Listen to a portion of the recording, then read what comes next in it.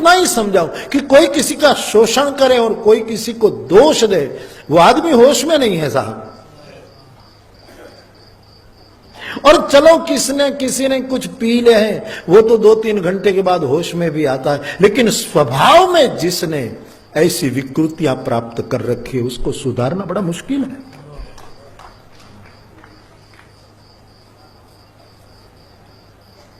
शराबी शराब पीकर निकला था, लड़खड़ाता रहा था, कहीं गंदी नाली में गिर जाता था, फिर खड़ा होता था।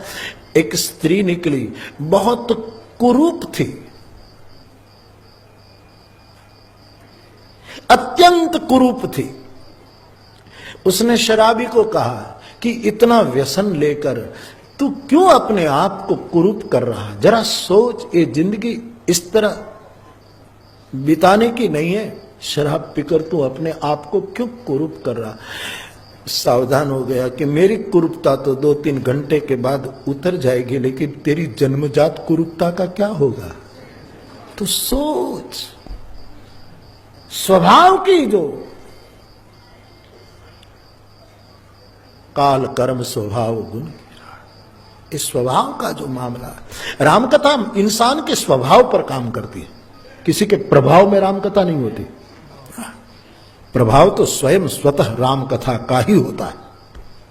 लोगों के स्वभाव पर स्वभाव पर काम करना व्यासपीठ का कर्तव्य है।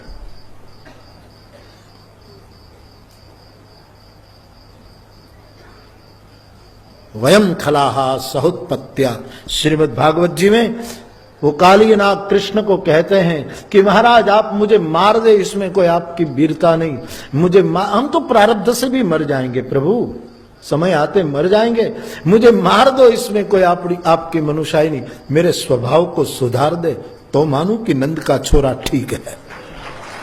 स्वभाव सुधार। तो भगवान ने कहा स्वभाव तो मैं नहीं सुधार सकता, स्वभाव किससे सुधरेगा। तब कहता है स्वभाव भगवंत से नहीं सुधरता, स्वभाव तो किसी संत से सुधरता। भ्रम और भय का निरसन सद्गुरु से हुआ करता। संशय भ्रम समुदाय, ऐसा सद्गुरु, ऐसी जन्म जन्म की मैली चादर है जो कोई सुर ज्ञानी से धुलवाना कौन धोएगा, कौन उसको पावन करेगा। कोई सद्गुरु, बाप राम कथा स्वयं सद्गुरु है। कोई भी पन्ना खोलो सद्गुरु मंत्र ही दे रहा है, मंत्र ही दे रहा है, मंत्र ही दे रहा है।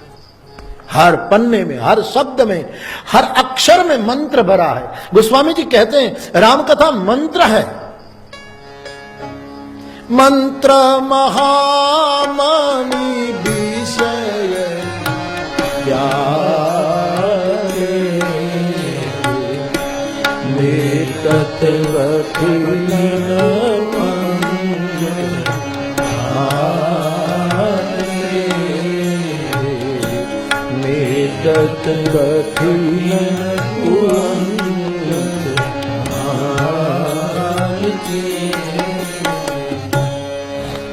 तो ऐसे